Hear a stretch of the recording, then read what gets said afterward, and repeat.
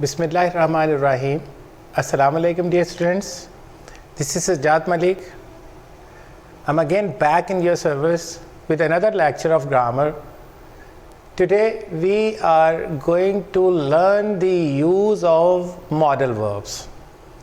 बेटा पिछले लेक्चर्स में मैंने आपको लिंकिंग वर्ब का यूज़ बताया, हेल्पिंग वर्ब का या ऑक्सिलरी वर्ब का यूज़ बताया, फिर स्ट्रॉन्ग वर्ब, मेन वर्ब या एक्शन वर्ब के बारे में बताया। तो आज मैं मॉडल वर्ब्स के बारे में बता रहा हूँ। ये वो प्रीलिमिनरी चीज़ें हैं जो हमें अपने पर्टिकुलर टेंसेस जिसे कहते हैं, यानी एक्टिव वॉइस और पैसिव वॉइस शुरू करने से पहले ये वो प्रीलिमिनरी चीज़ें हैं जो आपको आनी चाहिए। बेटा ये हैवी वेट किस्म का लेक्चर है, hopefully you'll enjoy that. But let me say that, let me assert it, you are going to enjoy it. And particularly those who are learner, those who are seeker of knowledge, they are going to enjoy it a lot. अब यहाँ पर देखिए modal verbs मैंने लिखा है, ये पहली heading पे आप आए मॉडल वर्ब्स। तो मॉडल वर्ब्स कौन कौन से होते हैं ये देखिए, can, could, will be able to, shall be able to. ये आम तौर पे बुक्स में कम मिलता है। फिर मे और माइट, और फिर शुड, मस्ट और आउट टू का यूज। ये हमारे पास बेटा देखे can, could, will be able to, shall be able to, may, might, should, must, ought to. अब यहाँ पर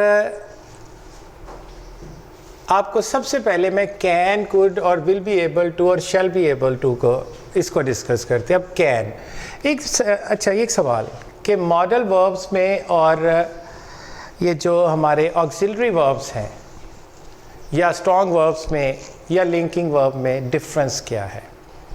बेटा लिंकिंग वर्ब क्या है? सब्जेक्ट को रेस्ट ऑफ द सेंटेंस के साथ मिलाता है। हेल्पिंग वर्ब या ऑक्सिलरी वर्ब्स क्या है? जो स्ट्रॉन्ग वर्ब को हेल्प करते हैं। स्ट्रॉन्ग वर्ब क्या है? जो एक्शन वर्ब होते हैं और जिनकी डिफरेंट फॉर्म्स बनाई जा सकती है। मॉडल वर्ब्स बेटा वो होते हैं, ये डुअल रोल प्ले करते हैं। ये डुअल, इनका दोहरा किरदार होता है। ये ना सिर्फ सेंटेंस के अंदर स्ट्रॉन्ग वर्ब को हेल्प कर रहे होते हैं, बल्कि अपना अलग से मतलब भी देते हैं। पॉइंट गौर करें बेटा, एक इसका रोल हेल्पिंग वर्ब का है कि ना सिर्फ ये स्ट्रॉन्ग वर्ब को हेल्प कर रहे होते हैं, बल्कि ये अलग से अपना मतलब दे रहे होते हैं, अलग से अपनी आइडेंटिटी रखते हैं। बाकी वर्ब जो होते हैं वो जम हो जाते हैं। बाकी जो हेल्पिंग वर्ब्स होते हैं, नॉर्मल हेल्पिंग वर्ब्स, वो जम हो जाते हैं स्ट्रॉन्ग वर्ब में, लेकिन ये अपनी आइडेंटिटी को किसी सूरत ख़त्म नहीं करते और बड़ा क्लियरली, विजिबली उसको रिवील करते हैं। पहला सेंटेंस देखिए, वो तैर कर दरिया अबूर कर सकता है। अब ये जो बेटा कैन होता है ना, ये होता है सिंपली किसी काम करने की आप में जो अहलियत है, या किसी काम करने की अहलियत का होना, ताकत का होना, पोटेंशियल का होना, कैपेबिलिटी का होना, ये इस चीज़ को ज़ाहिर करता है। अगर ये पोटेंशियल, ये कैपेबिलिटी, ये कैपेसिटी अगर आप में प्रेजेंट में है तो आप कैन के साथ करेंगे। अगर यही कैपेबिलिटी पास्ट में है तो ये कैन का पास कुड बन जाएगा। अब यहाँ देखिए, वो तैर कर दरिया अबूर कर सकता है। वो तैर कर दरिया अबूर कर सकता है। He can swim across the river. He can, इसका मतलब उसके अंदर ये एबिलिटी है, इसका मतलब उसके अंदर ये सलाहियत है, इसका मतलब उसके अंदर ये ताकत है। अब नीचे आए, वो रवानी से अंग्रेजी बोल सकती थी। पास में चली गई बात। Once I met with any girl and I was really impressed and I'm giving any remarks about her कि वो भाई क्या क्वालिटी थी उसकी, वो बड़ी रवानी से अंग्रेज़ी बोल सकती थी। ये क्या है जो रवानी से अंग्रेज़ी बोल सकता, लिख सकता? ये उसका पोटेंशियल है, ये उसकी कैपेबिलिटी है, ये उसकी सलाहियत है। तो अब ये पास में चला गया, तो she could speak English fluently, ये एडवर्ब आ गया। शी कुड, हमारा फोकस इस पे है। अब ये पास में चला गया तो कुड हो गया। अब ये एक एग्जांपल और, तुम ये सवाल हल कर सकते हो, तुम ये सवाल हल कर, इसका मतलब तुम में ये सलाहियत है, जो भी आपसे कह रहा है उसको ट्रस्ट है कि आप में ये एबिलिटी है। You can solve this sum, you can solve this sum. हम ये दीवार फलांग सकते थे, पास में चला गया, इसका मतलब हम में ये ताकत, ये एबिलिटी थी। We could jump over this wall, we could jump over this wall, हम में ये एबिलिटी थी। अच्छा बेटा, इसी के अंदर थोड़ा सा मुझे ये एग्जाम्पल रिमूव करके एक एग्जाम्पल लिखने की इजाज़त दीजिए। अगर मैंने कहा ये हो गया प्रेजेंट, प्रेजेंट में हो तो आप क्या करेंगे, कैन। पास्ट हो गया तो कुड, अगर फ्यूचर आ गया तो फ्यूचर में भी तो सलाहियत हो सकती है ना, फ्यूचर में भी तो सलाहियत हो सकती है ना, तो इसको कैसे डिस्क्राइब करेंगे।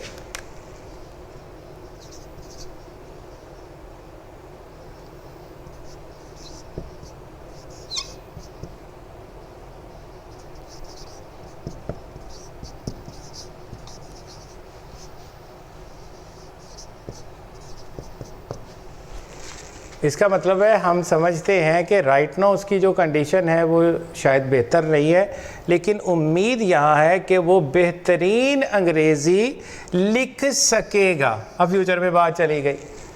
अब यही सकना जो है, ये पोटेंशियल, ये अहलियत जो है, अब यहाँ प्रेजेंट में थी, है, पास्ट में थी, अब लिख सकेगा। ये जो फ्यूचर में गा ने इसको बताया, तो अब कैसे करेंगे।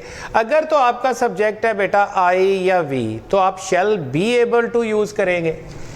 अगर आपका सब्जेक्ट आई या वी है तो आप shall be able to use करेंगे। और अगर रेस्ट ऑफ दी नाउन्स या प्रोनाउन में से कोई भी आपका सब्जेक्ट है तो आप will be able to use करेंगे। तो यहाँ का पर क्या आएगा, सोचिए ज़रा। बिल्कुल ठीक, बिल्कुल आपने ठीक सोचा। He will be able to write very good English.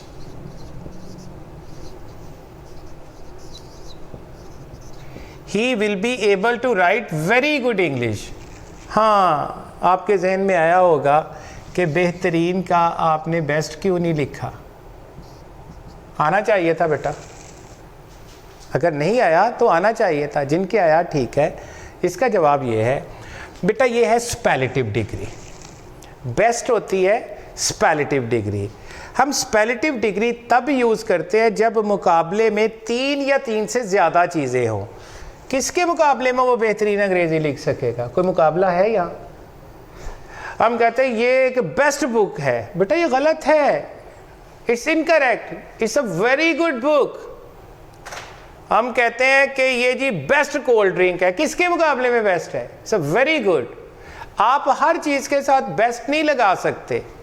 कुछ चीज़ें टैग्ड हो गई हैं, जैसे बेस्ट फ्रेंड की है, बेस्ट सेलर है, ये कुछ टैग्ड हो गई हैं जो कि अब इस्तेमाल होती है, लेकिन वो अपने साथ स्पेलिटिव तो वो फॉर्म है, लेकिन वो अपने साथ डेफिनेट आर्टिकल नहीं लेंगी, बल्कि उनके साथ इनडेफिनेट आर्टिकल आता है। He is a best friend of mine, not the best friend.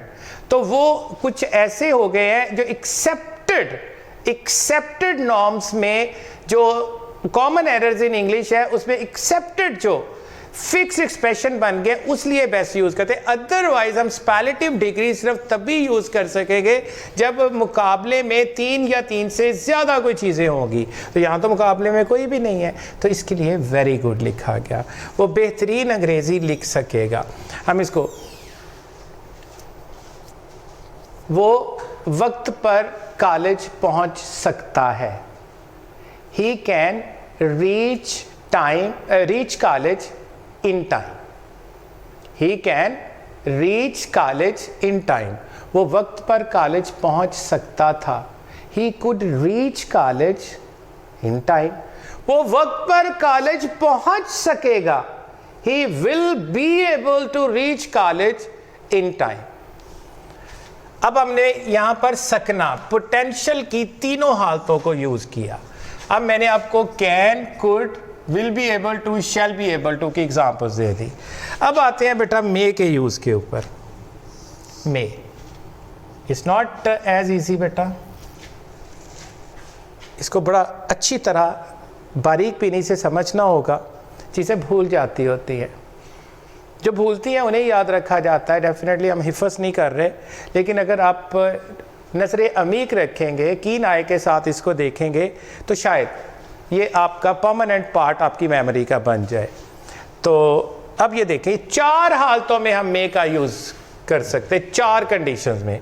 ऐसे फिक्रे जिसमें किसी चीज़ के होने या ना होने का इम्कान पाया जाए, ऐसे sentences, such sentences in which there is a possibility of happening a thing or not, जिसमें किसी चीज के होने या ना होने का इम्कान पाया जाए।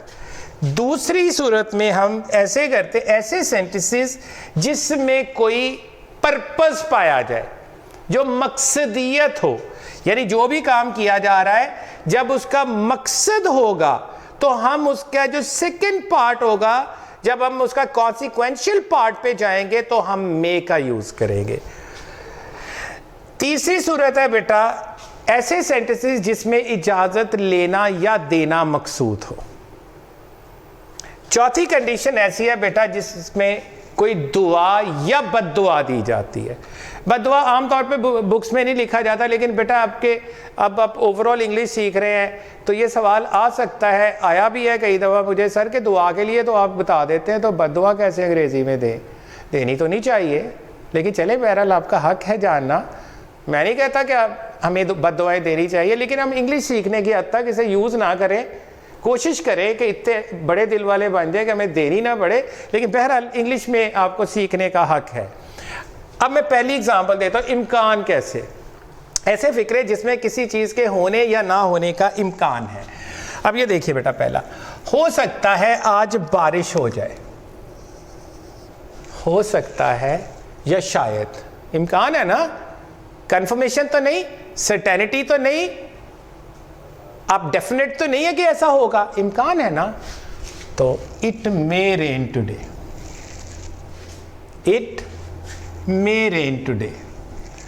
नेक्स्ट सेंटेंस में देखिए, शायद मैं आज लाहौर चला जाऊं, it's not confirmed, there are chances, may be or not may be, to be or not to be, may be I go, may I go, may I not go, हो सकता है मैं चला भी जाऊं, हो सकता है मैं ना भी जाऊं। जिसमें सेंटेंस में शायद का जब लफ्ज आ गया तो हो सकता है मैं चला जाऊं, हो सकता है मैं ना भी जाऊं, इम्कान मौजूद है। तो शायद मैं आज लाहौर चला जाऊं, या हो सकता है आज मैं लाहौर चला जाऊं, I may go to Lahore today, I may go to Lahore today. अच्छा, अब आगे चले जाए, इसका नेक्स्ट सेंटेंस देखते हैं, तो इसका पास्ट देखते हैं। हो सकता था मैं कल कॉलेज ना आता, कल ये इम्कान था, कल मेरे जहन में कुछ ऐसा चल रहा था कि आज मैं बंक मारूं, कोई लेजीनेस सी छाई हुई थी, मेरा बंक मारने का मूड था, कोई ठंड करवाने का मूड था, आज लेक्चर का मूड नहीं है, something like that. The way students feel, we do feel same.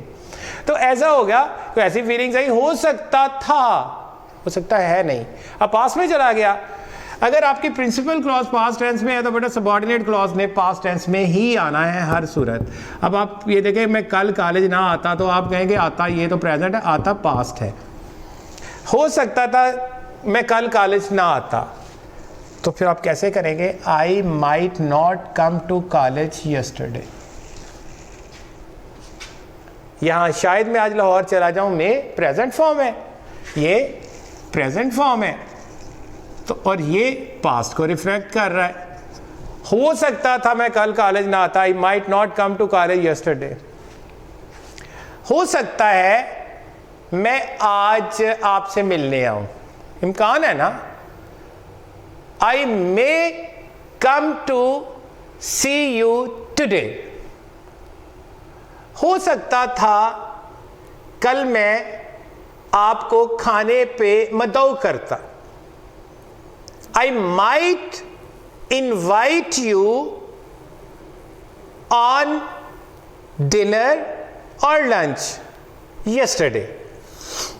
अब यहां पर बेटा एक चीज मैं स्टार्ट में आपको बता दूं, ये जितने भी मॉडल वर्ब्स हैं इनके बाद आपने present form of verb use करनी है।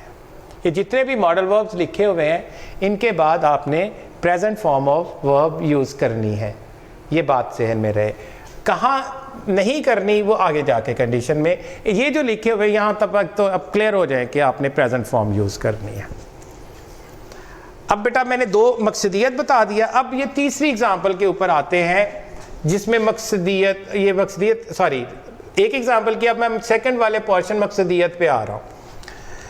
ऐसे फिक्रे जिसमें किसी काम करने का कोई मकसद हो, वो मेहनत करती है ताकि कामयाब हो जाए। बेटा क्या आइडिया आया इसमें, क्यों मेहनत करती है, मकसद है ना, ताकि वो कामयाब हो जाए। She works hard, according to the sentence आपने करना है, she works hard so that she may succeed, present tense में है ना, she works hard so that she may succeed. Clear? इसी को अगर पास में हम कर लें, वो मेहनत करती थी, सपोज मैं ऐसे लिख दिया, वो मेहनत करती थी ताकि कामयाब हो जाए, तो फिर क्या आप करें, फिर आप क्या करेंगे, कितनी सी चेंज आएगी, she worked hard so that she might succeed. अगर पास बनाना है इसी का तो क्या होगा, शी वर्कड हार्ड, वो मेहनत करती थी, सो दैट ताकि शी माइट सक्सीड। नीचे मैंने पास की भी एग्जांपल अलग से ली है, वो बाकायदगी से वर्जिश करता था ताकि बीमार ना हो, सेहतमंद रहने के लिए। It's a very good habit, you ought to adopt that. He took exercise regularly, अब पास्ट आ गया, ही टुक एक्सरसाइज रेगुलरली, क्यों करता था, मकसद है बेटा, मकसदियत मौजूद है, दूसरा पर्पस देखे। He took exercise regularly so that he might not fall ill, he took exercise regularly so that he might not fall ill. अगर इसी को प्रेजेंट में ले आए, वो बाकायदगी से वर्जिश करता है ताकि बीमार ना हो, तो फिर क्या करेंगे, सोचे, यस, वेल डन, बिल्कुल सही सोचा आपने। He takes exercise regularly so that he may not fall in, फिर प्रेजेंट में आ जाएगा। अच्छा बेटा, ये जो दो पहली कंडीशन है ना, इम्कान और मकसदियत, इनका प्रेजेंट और पास्ट दोनों बन सकते हैं, यानी ये प्रेजेंट में भी यूज हो सकते हैं, लेकिन अगले जो दो, इजाजत और दुआ या बद्दुआ, ये सिर्फ प्रेजेंट में है। क्योंकि आप देखें बेटा, परमिशन किसी से लेनी है तो किसी थर्ड पर्सन से, या कल की बात नहीं करेंगे, या किसी को दुआ देनी है तो आप प्रेजेंट में दुआ देते हैं, माजी में या फ्यूचर में दुआ नहीं दे रहे होते, इसलिए ये सिर्फ प्रेजेंट टेंस में यूज होगा। अब इसकी एग्जांपल देखते हैं इजाजत के लिए। आपसे को कहता है, क्या मैं अंदर आ सकता हूं, नॉर्मल, क्या मैं अंदर आ सकता हूं, मे आई कम इन, मे आई कम इन, इंट्रोगेटिव, मे आई कम इन। सपोज आप उसे हाँ में जवाब दे, जी हाँ आप आ सकते हैं, आप इजाजत दे रहे हैं, यस यू मे कम। वैसे जो स्पीकिंग टर्म्स है इसमें अकेला यस भी काफ़ी है, यस, और यस यू मे ये भी काफ़ी है, लेकिन जो राइटिंग फॉर्म में आपको वर्ब भी देना पड़ेगा। जब आपने करेक्ट राइटिंग करनी है तो आपको ऐसे लिखना पड़ेगा, यस यू मे कम, लेकिन स्पीकिंग में आप अकेले यस से भी काम चला सकते हैं, yes you are going to allow somebody, और यस यू मे। आगे वो देखिए एक और, क्या मैं आपका कलम इस्तेमाल कर सकता हूं, इजाजत मांगी, क्या मैं आपका कलम इस्तेमाल कर सकता हूं, may I use your pen, may I use your pen, आपने इजाजत मांगी ना, तो आगे उसकी मर्जी है। सपोज वो आपको नहीं इजाजत देना चाहता, वो कहता नहीं आप नहीं कर सकते, तो फिर क्या होगा, no you may not use it. देखिए बेटा, अगर स्पीकिंग फॉर्म में सिर्फ लेना है तो आप अकेला नो से भी कर जाएगा। मे I use your pen, no काफी है, समझ आ गई। या नो यू मे नॉट। लेकिन राइटिंग फॉर्म में आपने वर्ब भी पूरा देना है। नहीं आप मेरा या आप इसे इस्तेमाल नहीं कर सकते, या मेरा कलम इस्तेमाल नहीं कर सकते। No you may not use it. फिर आपने प्रॉपर इसका यस या नो में इजाजत लेना या देना। ये आपका तीसरा पोर्शन हो गया। अब चौथे पोर्शन पे आते हैं बेटा, दुआ या बद्दुआ के लिए। मे का यूज हम कर रहे हैं। अब चौथा है दुआ या बद्दुआ के लिए। खुदा करे आप जल्द सेहतयाब हो जाए। आप किसी को दुआ दे रहे हैं, may you get well soon, या इसको ऐसे भी लिखा जा सकता है, may you recover soon. It looks smart, it looks chic, you know, smart approach out to be adopted. You ought to be smart, and actually you are smart guys. You ought to take smart approach. तो ये वो जरा old fashioned सा है, may you recover soon, fine, that's absolutely correct. It's somewhat old fashioned. So the latest one and in fashion is, in vogue is, may you get well soon. बल्कि आपने cards भी देखे होंगे, किसी दोस्त को किसी को देना हो तो सिर्फ लिखा होता है get well soon। वो मे भी नहीं यूज़ कर रहे मॉडर्न इंग्लिश में, लेकिन आप इसके लिए यूज़ करेंगे। खुदा करे वो इम्तहान में अव्वल पोजीशन हासिल करे। दुआ, दुआ, may he come first in the examination. क्या लिखा बेटा, मैंने गौर कीजिए इस पे गौर करें। यहां पर एक टेक्निकल पॉइंट भी आएगा, may he come first in the examination. Come first, जी बेटा आपके जहन में, किसी ना किसी के जहन में आया स्टैंड फर्स्ट क्यों नहीं लिखा? हाँ ये होगा, आप पूछ रहे होगे, या अगर क्लास से आ रही होती तो आप पूछते क्या सर हम स्टैंड फर्स्ट यूज कर सकते हैं? नहीं, एब्सोल्युटली नॉट। हैं वो क्यों? बेटा इम्तहान में अव्वल आना, दोइम आना, सोइम आना कम होता है। एक्चुअली जब गेम्स वगैरह में होता है ना, वहाँ पे ना विक्ट्री स्टैंड्स लगते हैं।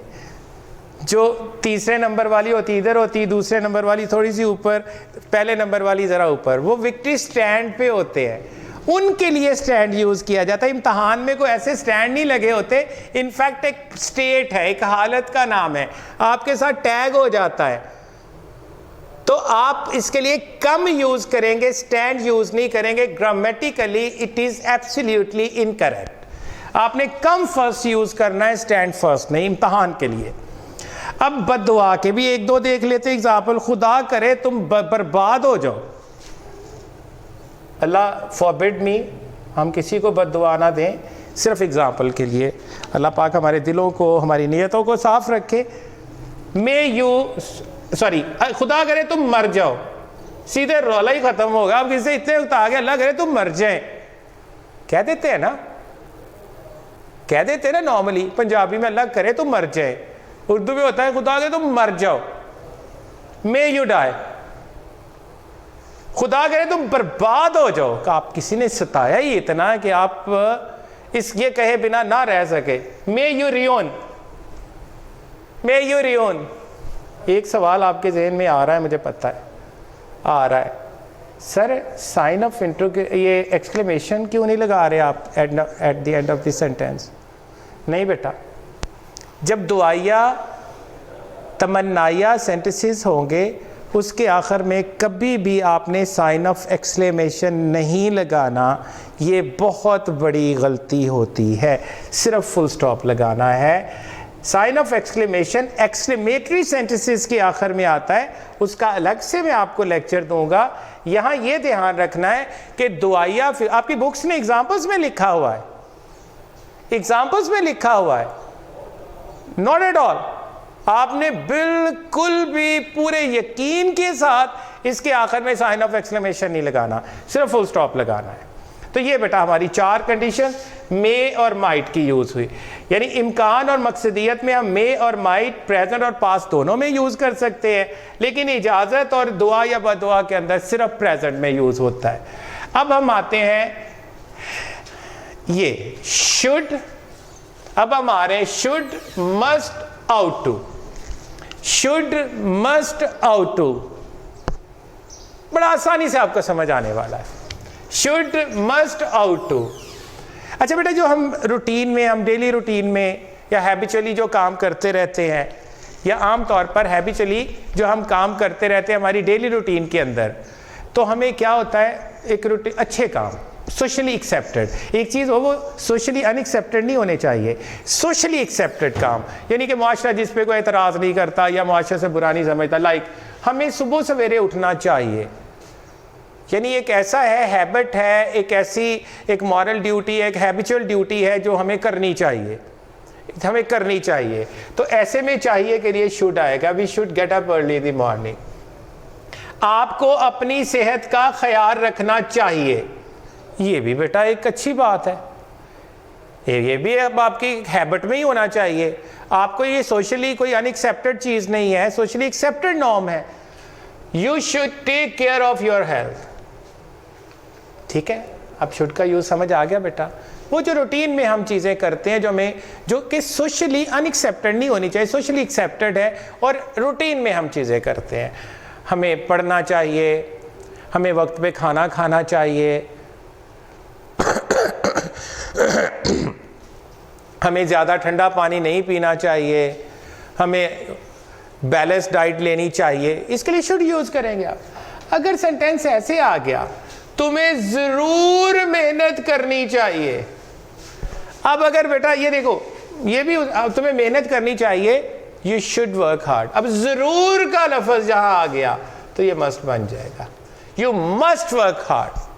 तुम्हें ज़रूर वक्त पर खाना खाना चाहिए, you must eat meal in time. तुम्हें ज़रूर वक्त की पाबंदी करनी चाहिए, you must obey time, you must observe time. अब ये देखें, जब किसी चीज़ की ज़रूरत आती है, तुम्हें ज़रूर ड्राइविंग सीखनी चाहिए, you must learn how to drive, how to drive. अब ये ज़रूर के लिए आ गया। अब तीसरा है बेटा आउट टू। वो आउट टू बेटा आता है मजहबी और इखलाकी फ़राइज़ के लिए। ऐसे सेंटेंसेस जिसमें मजहबी या हमारे इखलाकी फ़राइज़ आते हैं, उसके लिए हम शुड या मस्ट नहीं यूज़ करेंगे, आउट टू यूज़ करेंगे। जैसा कि देखिए, हमें अपने असातिज़ा का एहतराम करना चाहिए। अब हम शुड नहीं यूज़ करेंगे, हम क्या कहेंगे, we ought to respect our teachers. हमें नमाज अदा करनी चाहिए, मजहबी फरीज़ा है, we ought to offer prayer. हमें अपने वालिदैन का एहतराम करना चाहिए, we ought to respect our parents. हमें छोटों से शफकत से पेश आना चाहिए, we ought to treat our youngers politely with kindness. यानी जो एक आपकी सोशल, मॉरल और रिलीजियस ऑब्लिगेशन है, उसके लिए आप आउट टू का यूज़ करेंगे। यहाँ पर बेटा देखें, यहाँ मैंने ये भी मुकम्मल कर दिया, शुड सादा चाहिए। क्या होता है, जो चीज़ आपको रूटीन में चाहिए, अगर ज़रूर चाहिए तो आप मस्ट का यूज़ करते हैं। अगर मजहबी और इखलाकी फ़राइज़ की बात आ गई तो फिर आप आउट टू का यूज़ करेंगे, यहाँ आउट टू का। अब बेटा लास्ट पॉइंट्स की तरफ आ रहा हूँ मैं, मुझे थोड़ा सा ये बोर्ड यहाँ पर मैं आपने नोट कर लिया होगा। मैं एग्जांपल्स के लिए, अगर सेंटेंस आपका, ये लास्ट 2 पॉइंट्स हैं। एक बात मैंने क्या कही थी, इसके बाद फॉर्म ऑफ वर्ब कौन सी आनी है, प्रेजेंट यानी फर्स्ट। अगर सेंटेंस ऐसे आ जाए, शायद वो आम खा चुका हो, गौर करें, अब ये कौन सा टेंस आ गया है, चुका हो। ये तो प्रेजेंट सिंपल को नहीं रिफ्लेक्ट कर रहा। यस, प्रेजेंट परफेक्ट है ये, सॉरी प्रेजेंट परफेक्ट। अब इम्कान भी है और प्रेजेंट परफेक्ट भी है। अब इसको क्या करेंगे बेटा, इसको फिर हम ऐसे करेंगे,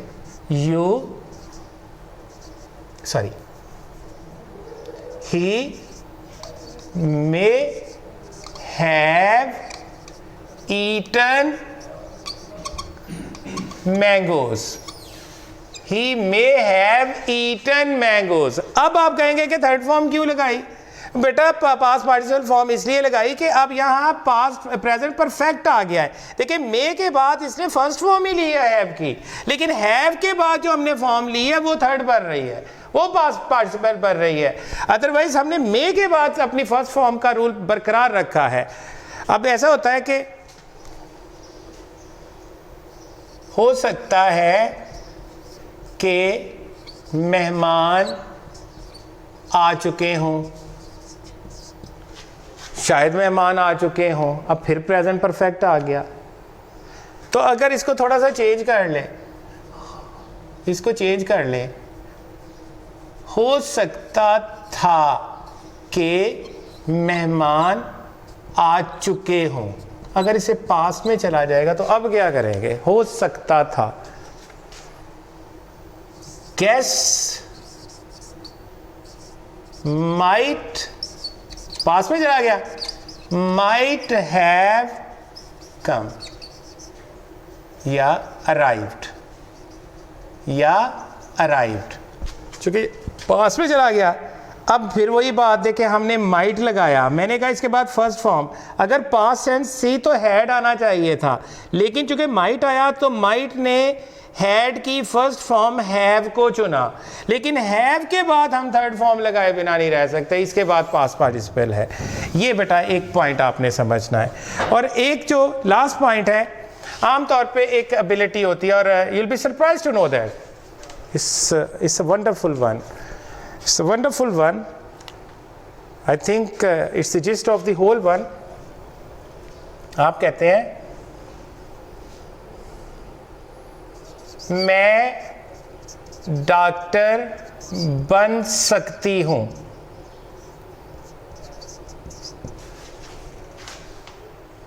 मैं डॉक्टर बन सकती हूं। नेचुरली क्या इंग्लिश करेंगे? मेरे कानों तक आवाज आ रही है I can be a doctor या I can become a doctor. Sorry बेटा, बहुत वीक ऑप्शंस हैं, ये बहुत वीक ऑप्शंस है। इसकी इंग्लिश यूं बनेगी, आई might have been a doctor. आपकी ट्रू ग्रामर कहती है, आपके एक्सपर्ट ग्रामेरियंस कहते हैं कि माइट हैव बिन यूज करना है। जब आप किसी प्रोफेशन में ढलते हैं, मोल्ड होते हैं, तो माइट हैव बिन का यूज करें। मैं वकील बन सकता था, आई might have been a lawyer. आप सीएसपी बन सकते हो, you may have been a CSP. आप एक बहुत अच्छे टीचर बन सकते हैं, you may have been a very good teacher. आप एक बहुत अच्छे इंसान बन सकते हैं, you may have been a very good human being. अब जब बनने के सेंस में आता है तो मैंने बी या बिकम से रोका नहीं आपको, बड़ी वीक ऑप्शंस हैं। ये सबसे तकड़ी ऑप्शन इसमें ये होती है कि माइट हैव बिन का यूज करें, माइट हैव बिन का यूज करें। बेटा ये आपका लास्ट पॉइंट था। आज मैंने यहाँ पर जल्दी से मैं इसको सम अप कर दूं। मैंने मॉडल वर्ब्स करवाए, मैंने इसका फ़र्क बताया कि मॉडल वर्ब्स या रेस्ट ऑफ द वर्ब्स में फ़र्क ये है कि वो अपना अलग से मतलब नहीं देते। मॉडल वर्ब अब हेल्पिंग वर्ब के तौर पे भी काम करता है, स्ट्रॉन्ग वर्ब की भी हेल्प करता है, और अलग से भी अपना मतलब देता है। कैन और could, will be able to, shall be able to, हमने तीनों के लिए यूज़ किया। ये एक पोटेंशियल या सलाहियत के लिए। मे और माइट, 4 कंडीशंस में हमने इसको यूज़ किया। 4 कंडीशंस, इम्कान, इजाज़त, इम्कान, मकसदियत, इजाज़त और दुआ। इम्कान और मकसदियत जिन सेंटेंसेस में पाई जाती है वो प्रेजेंट और पास्ट में यूज़ हो सकते हैं, लेकिन इजाज़त और दुआ यूज़ नहीं हो सकते। फिर should, must, ought to. Should सादा चाहिए के लिए होता है, मस्ट ज़रूर चाहिए के लिए होता है, आउट टू मजहबी या इखलाकी फ़राइज़ के चाहिए के लिए होता है। फिर इसके बाद बेटा परफेक्ट हालत में हम आए तो इस सूरत में हमने हैव के साथ प्रेजेंट में थर्ड फॉर्म लगाई, और या पास्ट के साथ माइट हमने यूज़ करके फिर हैव के साथ थर्ड फॉर्म। और ये वाला जो सेंटेंस है, ये मैं डॉक्टर बन सकती हूँ, I might have been a doctor. ये किसी भी प्रोफेशन के अंदर मोल्ड करना, या आप एक ट्रांसफॉर्मेशन चाहते हैं जो आपके ऊपर टैग हो जाता है, उसके लिए might have been is a proper phrase. It's might have been it's a proper phrase. A proper way ये है कि आप बिकम या बी की बजाय माइट हैव बीन यूज़ करें। उम्मीद करता हूँ कि आज के लेक्चर से आपने काफ़ी फ़ायदा उठाया होगा, और इंशाल्लाह it will help you in the long run in your upcoming examination, in your upcoming preparation and in the later life as well। ये बहुत बड़ा प्रॉब्लम आमतौर पे स्टूडेंट्सों का होता है, कैन कुड मे माइट का ही नहीं हमें यूज़ कर। आज के बाद ये बहाना नहीं, अच्छी तरह से लेक्चर सुनिएगा, अच्छी तरह से इसको समझिएगा। अगर कहीं कोई प्रॉब्लम रह जाता है तो कमेंट्स में आप मुझे बता सकते हैं, मैं फिर किसी लेक्चर में जो चीज़ें आपकी अधूरी रह जाती हैं उनको इंशाल्लाह मैं एक्सप्लेन करूँगा। अगर हो सके मैं कमेंट्स में भी एक्सप्लेन कर दूँगा। अब एक चीज़ और जो मैं रोज़ाना कहता हूँ, एक्सरसाइज किए बिना इस एवरीथिंग इज़ फर्टाइल, ये बेकार की कोशिश हो जाएगी। एक्सरसाइज ज़रूर कीजिए। आपको जो की बुक बताई है उसमें इसकी एक्सरसाइज मौजूद है, आप इसकी एक्सरसाइज करेंगे और जब आप एक्सरसाइज से गुजरेंगे आपको प्रॉपर फिर इसकी समझ आएगी और आपकी तसल्ली होगी कि अब मुझे समझ आ गया है। इंशाल्लाह कुछ नेक्स्ट असाइनमेंट्स भी इसके ऊपर बेस्ड आपको दी जाएगी जिस पे आप इस पर एक्सरसाइज करेंगे। तब तक के लिए आपसे इजाज़त चाहता हूँ। मेरी दुआएँ, हमारे सारे स्टाफ की दुआएँ आप लोगों के साथ हैं, और हम उम्मीद करते हैं कि आप लोग भी हमें अपनी बेहतरीन दुआओं में याद रखते होंगे। अल्लाह ब्लेस यू बेटा। Thank you very much.